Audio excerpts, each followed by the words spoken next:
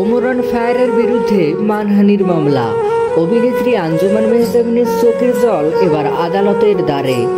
মানুষের বিশ্বাস আর ইজ্জত নিয়ে খেলা কি শেষ পর্যন্ত টিকবে? স্বাগতম দ্য ইয়াসিন শোয়ে। আজ আমরা যে খবরে আসছি সেটি আপনাদের নাড়া দেবে নিশ্চিতভাবে।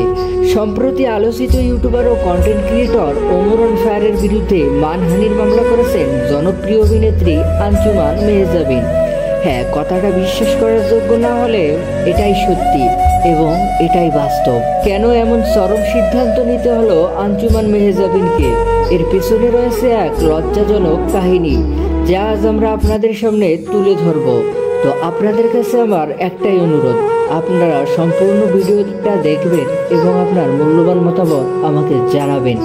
তবে হ্যাঁ, এমনি আপনাদের মূল্যবান সময় নষ্ট করবেন না। ওমরান ফায়ার সামাজিক মাধ্যমে যিনি নিজেকে একজন প্রভাবশালী হিসেবে প্রতিষ্ঠা করতে চেয়েছিলেন, কিন্তু তার অর্ধেক কর্মকাণ্ডই প্রশ্নবিদ্ধ ছিল শুরু থেকেই। এমনকি যে কোনো নারী সেলিব্রিটির নাম ধরে অভিযোগ, কটূক্তি, চরিত্র হনন করাকে তিনি নিজের বিনোদন হিসেবে দেখেছেন। সাম্প্রতিককালে তিনি কিছু বক্তব্যে আঞ্জুমান মেহজাবিনের ব্যক্তিগত ইমেজ ও মর্যাদার উপর আঘাত হানেন। এসবের কারণে জনমনে ক্ষোভ জমে উঠলেও মেহজাবিন শুরুতে চুপ ছিলেন। কিন্তু আঞ্জুমান মেহজাবিন এক সাক্ষাৎকারে বলেন, আমি একজন শিল্পী, মানুষ আমাকে ভালোবাসে আমার কাজের জন্য, কিন্তু আমার ব্যক্তিগত মর্যাদা নিয়ে যখন খেলতে শুরু করলো তখন চুপ থাকা সম্ভব হয়নি। একজন নারী হিসেবে, একজন শিল্পী হিসেবে আমি অপমানিত বোধ করেছি, তাই মানহানির মামলা করতে বাধ্য হয়েছি। তিনি আরও বলেন, সম্মান হারানোর চেয়ে কষ্টকর কিছুই নেই।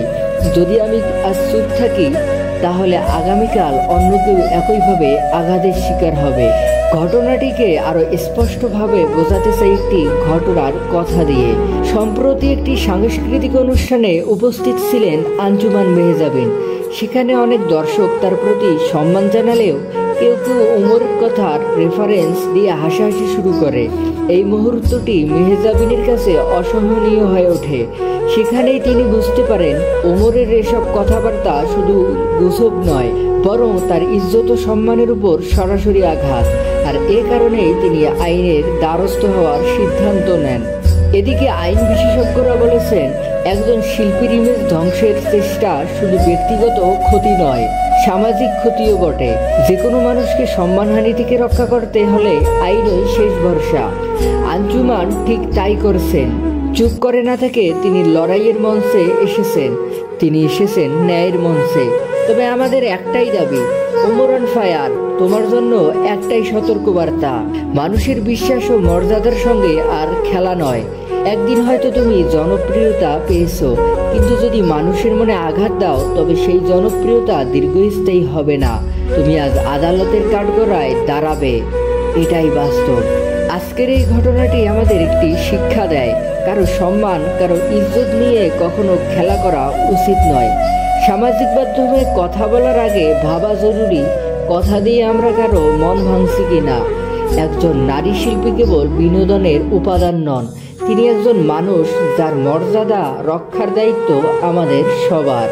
তবে এটাকে গুজব ভেবে চালিয়ে দিচ্ছেন অনেকেই, কেউ যেন বিশ্বাসই করতে চাচ্ছেন না এই বিষয়টা। তবে আপনারা মনে রাখবেন, যেখানে সত্যি তৈরি হয় শো, সেখানে গুজবই হয় দ্য ইয়াসিন শো।